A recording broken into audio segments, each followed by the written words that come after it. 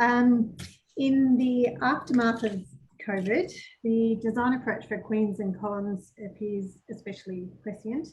Here, commercial development is supremely placed to connect us with each other, with our cities, its heritage and our environment or climate through an architecture of determined porosity.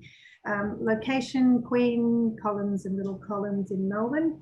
It's a cluster of heritage and newer building, the tower from the 90s, and it's a quarter of a city block. So quite significant impact and potential from that.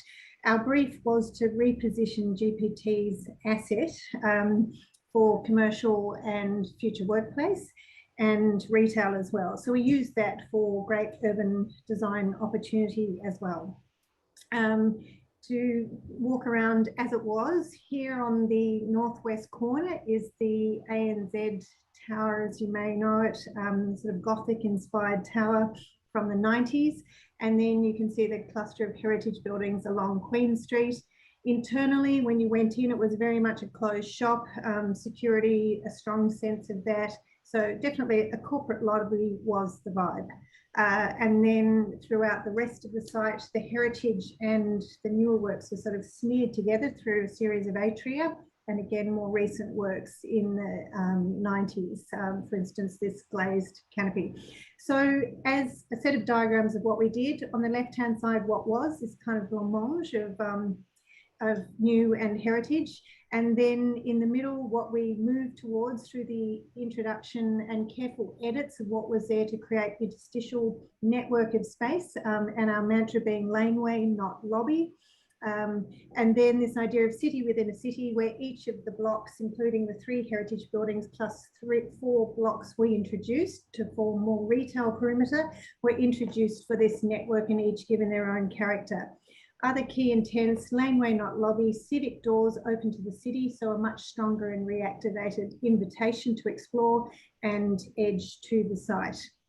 Wellness, connection to environment, another place for future workplace, and the upgrading of lobbies and amenities, which I should say was done by BVN. So KTA's work is really the end of trip and the podium level and public realm, if you like. Other thoughts: this idea of urban furniture scattered throughout this transitional space for both casual meetings and sociability in that extended workplace. A section describing the juxtaposition of the different layers of buildings, the different proportions and different volumes of those, compression, expansion, and open to the sky with the reinstated courtyards. So a very complex plan and across many levels. So that just highlights the network of space we put through, and this introduction of additional retail blocks or little buildings. This is the network that we took through, and you can see how this is a sort of it's publicly accessible both in east, west, north, south direction. A very big breakthrough was creating another point through at Briscoe Lane, which had been the dumping ground for rubbish and so forth. So that was a big significant move. So these are the retail tenancy blocks, including 2 of the heritage buildings, plus the new 3 to the northern end here. And then we introduced these, what we call campiellos, which is the small squares in Venice. There is a Venetian theme throughout. That's drawn from the Gothic of the heritage, and it being in turn taken from Venice. So it's a return to that as city of imports is a thing.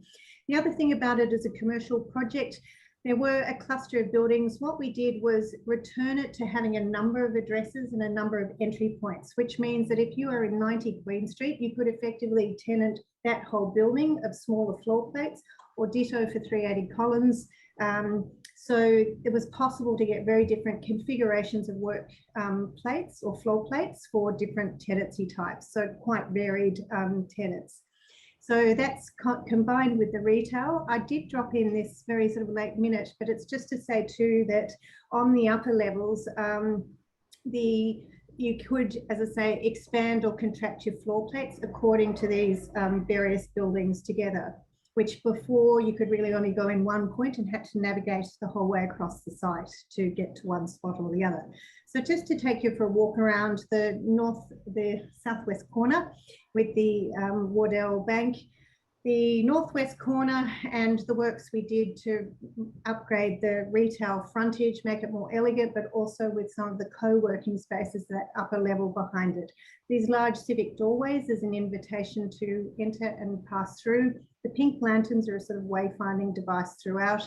Here you can see between these workspaces, shared spaces on the first and second floor levels, things like bridges and so on. They're part of the kind of idea of it being an internal streetscape and the kind of urban spectacle as breakout areas as you move around.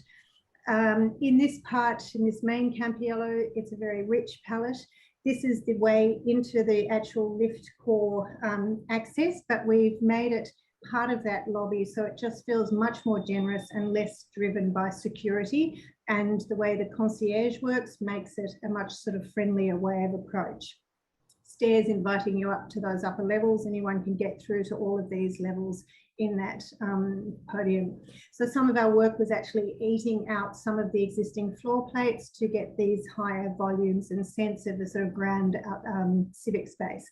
The workplace then passing through into the middle Campiello, things like those well elements. Again, you could stand around with your laptop, do a bit of pre-work.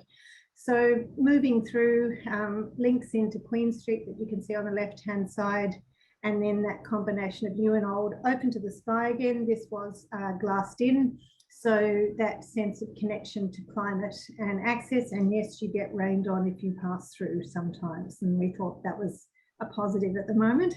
The Cathedral Room, a very important heritage space, which has been, even though publicly accessible, has been sort of unutilised really for a long time. Heritage Victoria, quite precious about it. We got a new opening in the end for it. Sorry, below the glass ceiling of that is the end of trip. I'll just flick through that. And then back to the Cathedral Room. So we got this new opening through to this new courtyard we created, linking to Briscoe Lane. So all about feeding and integrating special spaces like this back into the city. This is going to be... 1 minute. Thank you.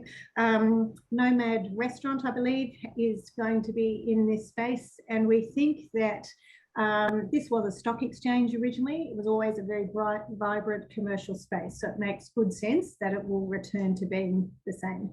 So now we're sort of moving towards going through from the lighter to the darker again, towards 380 Collins Street, where we introduced new lift and stairs. And for this frontage on 380, which is a further address as a separate commercial entity if required. So I think I might leave it at that point and hand over for some questions.